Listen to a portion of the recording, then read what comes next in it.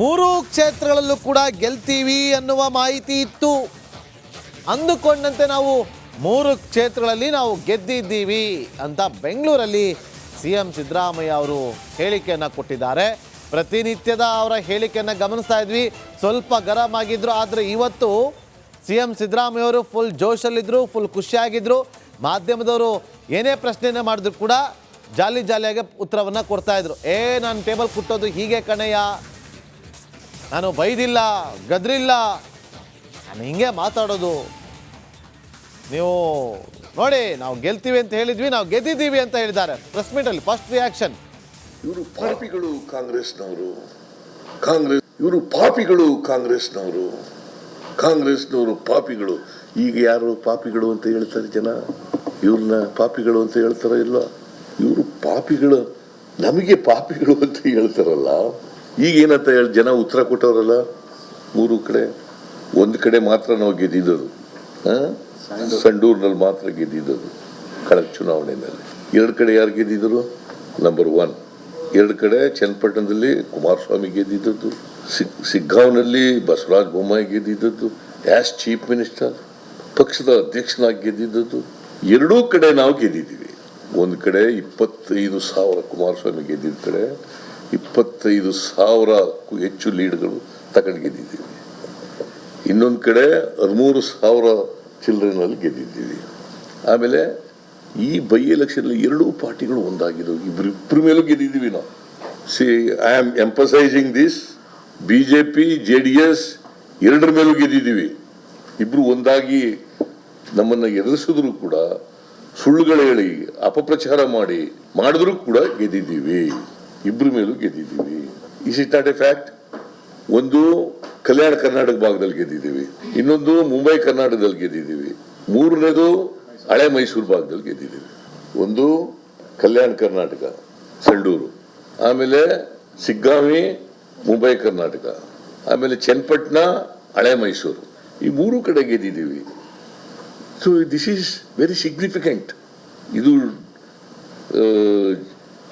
ಹಳೆ Mysuru dominated by JDS, BJPನೂ ಸೇರ್ಕತವ್ರ ಜೊತೆಗೆ. ಇವರು ಪಾಪಿಗಳು ಕಾಂಗ್ರೆಸ್ನವರು ಪಾಪಿಗಳು. ಈಗ ಯಾರು ಪಾಪಿಗಳು ಅಂತ ಹೇಳ್ತಾರೆ ಜನ? ಇವ್ರನ್ನ ಪಾಪಿಗಳು ಅಂತ ಹೇಳ್ತಾರ? ಇಲ್ಲ, ಇವರು ಪಾಪಿಗಳು, ನಮಗೆ ಪಾಪಿಗಳು ಅಂತ ಹೇಳ್ತಾರಲ್ಲ. ಈಗ ಏನಂತ ಹೇಳಿ ಜನ ನೋಡಿ, CM ಸಿದ್ದರಾಮಯ್ಯ ಅವರು ಈ ರೀತಿಯಾಗಿ ಫಸ್ಟ್ ರಿಯಾಕ್ಷನ್ ಅನ್ನು ಕೊಟ್ಟರೆ, ಮತ್ತೊಂದು ಕಡೆ ಇದಕ್ಕಿಂತ ಮುಂಚೆ KPCC ಕಚೇರಿಯಲ್ಲಿ DCM DK ಶಿವಕುಮಾರ್ ಅವರು ಕೂಡ ಪತ್ರಿಕಾಗೋಷ್ಠಿಯನ್ನು ಕರೆದು ಇದು 2028ರ ದಿಕ್ಸೂಚಿ, 2028ರ ಚುನಾವಣೆಯ ದಿಕ್ಸೂಚಿ ಅಂತ ಸ್ಟೇಟ್ಮೆಂಟ್ ಅನ್ನು ಕೊಡ್ತಾರೆ. ಇವತ್ತಿನ ರಿಸಲ್ಟ್ 2028ರ ವಿಧಾನಸಭಾ ಚುನಾವಣೆಯ ದಿಕ್ಸೂಚಿ ಅಂತ ಹೇಳ್ತಾರೆ KPCC ಕಚೇರಿಯಲ್ಲಿ DCM DK ಶಿವಕುಮಾರ್ ಅವರು.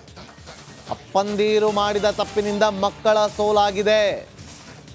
ರಾಜಕೀಯದಲ್ಲಿ ಟೀಕೆಗಳು ಸಾಯುತ್ತವೆ, ಕೆಲಸ ಉಳಿಯುತ್ತೆ ಅಂತ ಹೇಳಿದ್ದಾರೆ.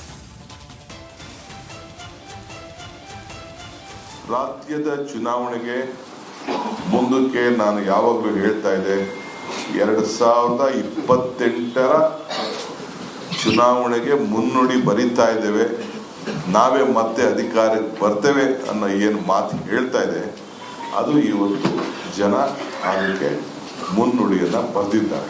ನಾನು ಹೇಳಿದ್ದೆ ಹಿಂದೆ, ಟೀಕೆಗಳು ಸಾಯ್ತವೆ, ಟೀಕೆಗಳು ಸಾಯ್ತವೆ, ಕೆಲಸಗಳು ಉಳಿತವೆ ಅನ್ನೋ ಮಾತನ್ನು ಹೇಳಿದ್ದೆ. ಅದು ಇಲ್ಲಿ ಇವತ್ತು ಸಾಬೀತಾಗಿದೆ. ವಿರೋಧ ಪಾರ್ಟಿಯವ್ರಿಗೆ ಒಂದು ಸಂದೇಶ ಕೊಟ್ಟಿದ್ದಾರೆ, ನೀವು ಟೀಕೆ ಮಾಡಿ ಅಪಪ್ರಚಾರ ಮಾಡೋದನ್ನ ಬಿಡಿ, ಜನರು ಭಾವನೆ ಮೇಲೆ ರಾಜಕಾರಣ ಮಾಡಲಿಕ್ಕಾಗೋದಿಲ್ಲ, ಬದುಕಿನ ಮೇಲೆ ರಾಜಕಾರಣ ಮಾಡಬೇಕು, ಅದಕ್ಕೆ ಹೆಚ್ಚಿಗೆ ಒತ್ತು ಕೊಡಿ ಅನ್ನೋದನ್ನು ಈ ರಾಜ್ಯದ ಮತದಾರರು ಸಂದೇಶವನ್ನು ಕೊಟ್ಟಿದ್ದಾರೆ. ಮೊದಲಿಗೆ ಚನ್ನಪಟ್ಟಣ ವಿಧಾನಸಭಾ ಕ್ಷೇತ್ರ, ನಾನು ನಿಖಿಲ್ ಕುಮಾರಸ್ವಾಮಿ ಅವ್ರದ್ದು ಸೋಲು ಅಂತ ನಾನು ಹೇಳಲಿಕ್ಕೆ ನಾನು ತಯಾರಿಲ್ಲ. ಅವರ ತಂದೆ ಕುಮಾರಸ್ವಾಮಿ ಅವರು ಅಲ್ಲಿಂದ MP ಆಗಿ ಗೆದ್ದೋದ್ರು. ಮುಖ್ಯಮಂತ್ರಿ ಆಗಿದ್ದರು. 2 ಬಾರಿ ಅವ್ರನ್ನ ವಿಧಾನಸಭೆಗೆ ಕಳಿಸ್ಕೊಟ್ಟಿದ್ರು. ಅವರು ಆ ಕ್ಷೇತ್ರದಲ್ಲಿ ಬಿಟ್ಟೋದಂಥ ಗುರುತುಗಳಿಗೆ ಜನ ಅವರಿಗೆ ಒಂದು ತೀರ್ಪನ್ನು ಕೊಟ್ಟಿದ್ದಾರೆ. ಬಸವರಾಜ ಬೊಮ್ಮಾಯಿ ಅವರ ಸುಪುತ್ರ ಭರತ್ ಬೊಮ್ಮಾಯಿದು ಸೋಲು ಅಂತ ಕೂಡ ನಾನು ಹೇಳಲಿಕ್ಕೆ ನಾಗ್ತಾ ಇರಲಿಲ್ಲ. ಅಲ್ಲೂ ಕೂಡ ಒಬ್ಬ ರಾಜ್ಯದ ಒಬ್ಬ ಮುಖ್ಯಮಂತ್ರಿಯಾಗಿ ಅಲ್ಲೂ ಕೂಡ ಅವರು ಆ ಜನರನ್ನ ನೋಡ್ತಾ ಇದ್ದಂಥ ಪ್ರೀತಿ ಭಾವನೆ ಗಮನದಲ್ಲಿಟ್ಕೊಂಡು ಕಳೆದ ವಿಧಾನಸಭೆ ಚುನಾವಣೆಯಲ್ಲಿ ಅಲ್ಲಿ 30,000ಕ್ಕೂ ಹೆಚ್ಚು ನಮ್ಮ ಅಭ್ಯರ್ಥಿ ಸೋತಿದ್ರು. ಇಲ್ಲಿ ನಮ್ಮ ಕಾಂಗ್ರೆಸ್ ಅಭ್ಯರ್ಥಿಗೆ ಚನ್ನಪಟ್ಟಣದಲ್ಲಿ ಬರೀ 14,000 ಅಂತ ವೋಟ್ ಮಾತ್ರ ಬಂದಿತ್ತು. ಸಂಡೂರು ಕ್ಷೇತ್ರದಲ್ಲೂ ನಾವು ಮೊದಲಿಂದ ಕೂಡ ಕಾಂಗ್ರೆಸ್ ಪಕ್ಷ ಅದನ್ನು ಉಳಿಸ್ಕೊಂಡು ನಾವು ಬಂದಿದ್ದು. ಈ 3 ಚುನಾವಣೆ ನಮ್ಮ ಗ್ಯಾರಂಟಿ ಮತ್ತು ಅಭಿವೃದ್ಧಿ ಇವೆರಡೇ ಬಹಳ ಮುಖ್ಯ. ಬೀದಿಗಳಲ್ಲಿ ಅವರು ನಡೆದುಕೊಂಡೇ ಕಾರ್ಯಕರ್ತರ ಜೊತೆ ಬಂದರು. ಜೊತೆಗೆ ಸಾಕಷ್ಟು ಪಟಾಕಿಗಳನ್ನ ಸಿಡಿಸುವ ಮುಖಾಂತರವಾಗಿ ಯೋಗೇಶ್ವರ್ ಅವರಿಗೆ, ಡಿ ಕೆ ಶಿವಕುಮಾರ್ ಅವರಿಗೆ, ಜೊತೆಗೆ ಕಾಂಗ್ರೆಸ್ ಪಕ್ಷಕ್ಕೆ ಜೈಕಾರದ ಘೋಷಣೆಯನ್ನ ಕೂಗುವ ಮುಖಾಂತರವಾಗಿ ಎಲ್ಲ ಕಾಂಗ್ರೆಸ್ನ ಕಾರ್ಯಕರ್ತರು ಕೂಡ ಸಂಭ್ರಮವನ್ನು ಪಡ್ತಾ ಇರುವಂತದ್ದು. ಒಂದು ರೀತಿಯಲ್ಲಿ ಹಬ್ಬದ ವಾತಾವರಣ ಚನ್ನಪಟ್ಟಣದಲ್ಲಿ ಮನೆ ಮಾಡಿದೆ ಅಂತಾನೆ ಹೇಳ್ಬೋದು. ಯಾಕಂದ್ರೆ ಈ ರೀತಿಯಾದಂತಹ ಜನಸ್ತೋಮವನ್ನ ಅವರು ಚುನಾವಣೆಯ ಸಂದರ್ಭದಲ್ಲಿ ನಾಮಪತ್ರವನ್ನು ಸಲ್ಲಿಸುವಂತಹ ಸಂದರ್ಭದಲ್ಲೂ ಕೂಡ ಇಷ್ಟು ಜನರು ಸೇರಿರಲಿಲ್ಲ. ಆದ್ರೆ ಈಗ ಗೆಲುವಿನ ಬಳಿಕ ಎಲ್ಲ ಕಾರ್ಯಕರ್ತರ ಮುಖಂಡರು ಕೂಡ ಅವರನ್ನ ಅದ್ದೂರಿಯಾಗಿ ಸ್ವಾಗತವನ್ನು ಮಾಡ್ತಾ ಇರುವಂತದ್ದು. Nagendra Babu. Okay, thank you Mahadeva Swamy ನಿಮ್ಮೆಲ್ಲ ಮಾಹಿತಿಗಾಗಿ. ನೋಡಿ, ಇಲ್ಲಿ ಕಾಂಗ್ರೆಸ್ ಬಾವುಟಗಳನ್ನು ಹಿಡಿದು ಕಾರ್ಯಕರ್ತರು ಅಲ್ಲಿ ಸಂಭ್ರಮಾಚರಿಸ್ತಿದ್ದಾರೆ. ಪಟಾಕಿಯನ್ನು ಸಿಡಿಸಿ ಸಂಭ್ರಮಾಚರಣೆ ಮಾಡ್ತಾ ಇರುವಂಥ ದೃಶ್ಯವನ್ನು ಗಮನಿಸ್ತಾ ಇದ್ದೀವಿ ಇಲ್ಲಿ.